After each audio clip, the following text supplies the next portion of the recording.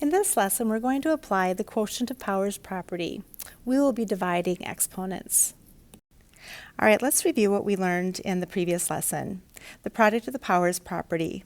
Remember, to multiply powers having the same base, we are going to add the exponents.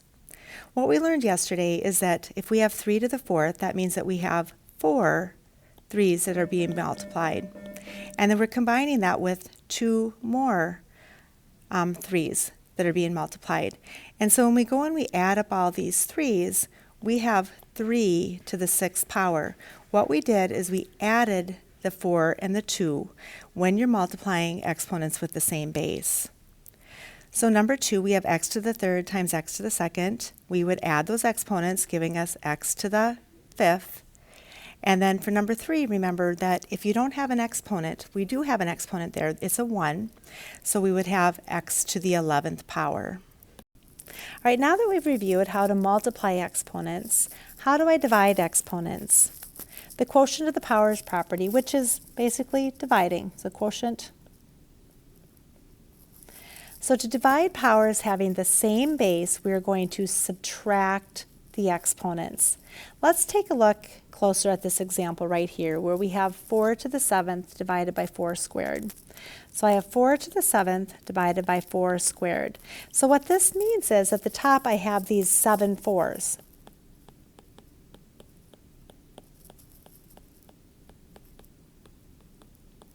And then on the bottom I have 2 4's. So then when we divide them, I'm going to, when you divide 4 divided by 4, we would get 1. And notice how then that cancels out. And then we'd have 4 divided by 4, and that also cancels out. So 2 of them ends up canceling out, leaving me then with 4 to the 5th. So what I did is I took 4 to the 7th divided by 4 squared. I took 7 minus 2, and that's where I got that 5, because then 2 sets of those 4's had canceled out. So again, to multiply exponents, we added the exponents. To divide exponents with the same base, we subtract the exponent. All right, so let's go ahead and find the quotient. So we have 8 to the 5th divided by 8 to the 3rd. And let me just remind you what this looks like, is that you've got these 5 8's. And then I've got 3 8's on the bottom. All right, and so now remember that 3 of them are going to cancel out, which then leaves me with 8 to the 2nd power. And again, we can look at this then as I took 5 minus 3, because exponents that have the same base, you can subtract the exponents when you divide them, and that's going to leave me with 8 to the 2nd power. All right, so question number 2, I have negative x to the 6th power divided by negative x to the 2nd power. So let's go ahead, and I'm just going to write this right away with the parentheses.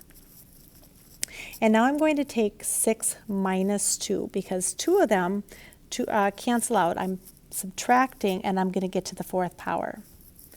Now I can leave it like this with the parentheses on, but I also could look at this as that I've got 4 negatives. So I have negative times negative times negative times negative. And we know that 2 negatives make a positive. So I could also write this, and if it has an even number of exponent, I can write this then as a positive x to the 4th. So either one is going to be just fine, but if you're going to take off those parentheses, you also have to take off the negative there. All right, and our third one here, we have negative 3 to the 9th divided by negative 3 squared. So, all right, so we're going to have the base of negative 3, and again, keep it in parentheses right away. And then I'm going to divide the negative 3 to the 9th power divided by negative 3 to the 2nd power, and I'm going to subtract those exponents, so we're going to have to the 7th power. Now notice, I have an odd number of exponents. And so, for example, I have negative times a negative is going to be a positive, and a positive and a negative would then be a negative. And the same thing goes with if I head to the 7th power. So we can either leave the parentheses on, or I could take them off in this case because I have an odd number of exponents, and so either one of these would be just fine to write the answer to that problem. All right, question number 4. I have x to the 4th divided by x. And the way this looks is like this. And then I'd have just one x on the bottom. All right, so only one of these cancel out, leaving me then with x to the third. Now, if we're just going to look at subtracting your exponents, there is an exponent on that x on the bottom.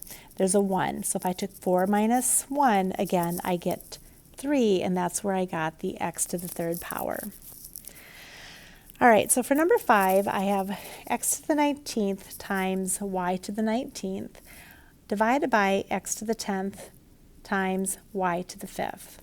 So we're going to look at each of these individually, and so let's just look at dividing our x's right here.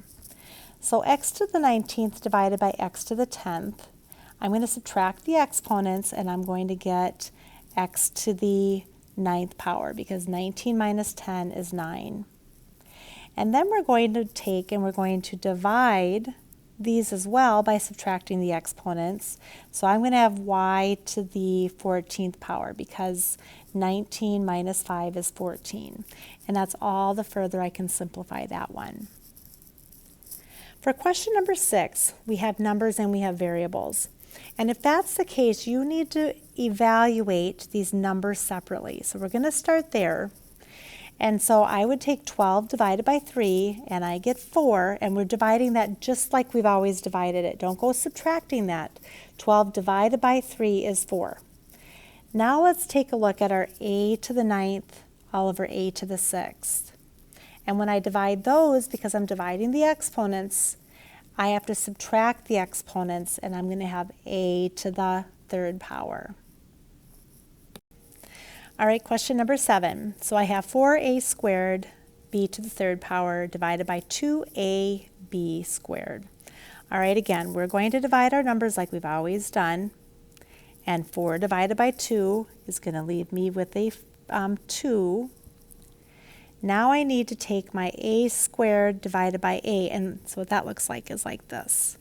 And I do have a 1 there, so it's going to be 2 minus 1. I'm going to be left with just 1a, and I can leave it as an a, or I can put a to the 1st power. It really doesn't matter. And same thing then here with my b to the 3rd divided by b squared. I'm going to subtract, and I'm going to get b. And again, I don't need to put the 1s there, but you certainly could. It's not going to be wrong if you did that. Now, question number 8. I've got numbers, and I've got my variables there. All right, so let's look at this one. So this one, I cannot divide 31 divided by 5 evenly. And so let's just leave these as whole numbers. So because I can't, I'm just going to leave this as a 31 all over 5, because that could not be simplified any further.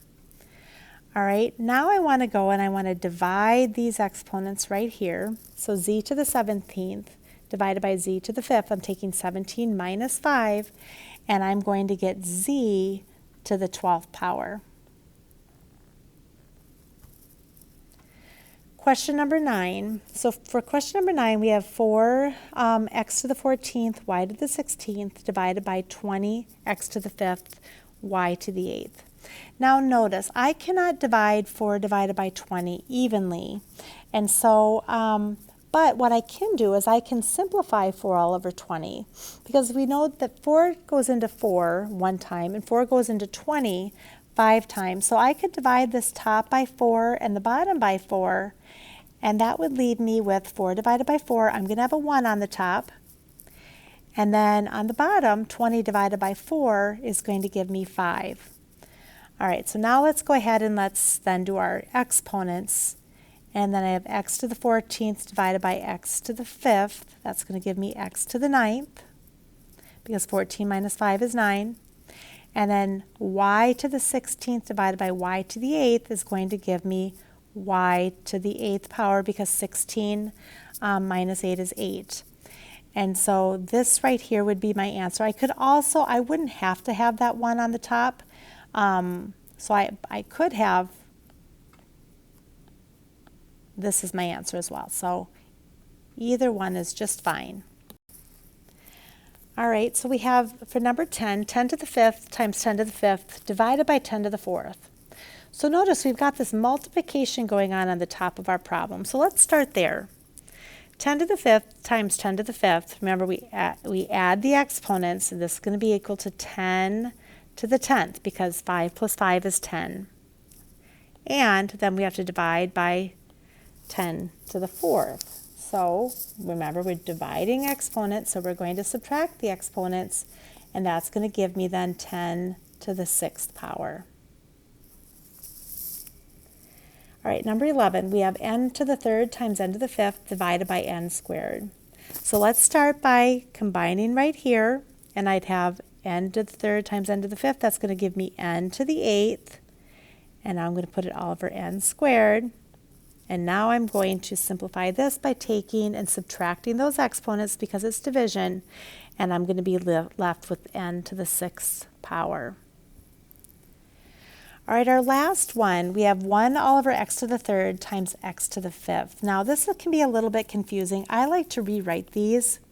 I'm going to rewrite this like this because then when I have my x to the 5th, just like when we had multiply fractions, a lot of times we put it all over 1 to line everything up. Because also remember, when you're multiplying a fraction, the top number gets multiplied by the top number, and the bottom number gets multiplied by the bottom number. So we're going to then 1 times x to the 5th is x to the 5th, and then x to the 3rd times 1 is x to the 3rd. And now we can simplify this further by subtracting the exponents, and I would then have 5 minus 3 gives me to the 2nd power.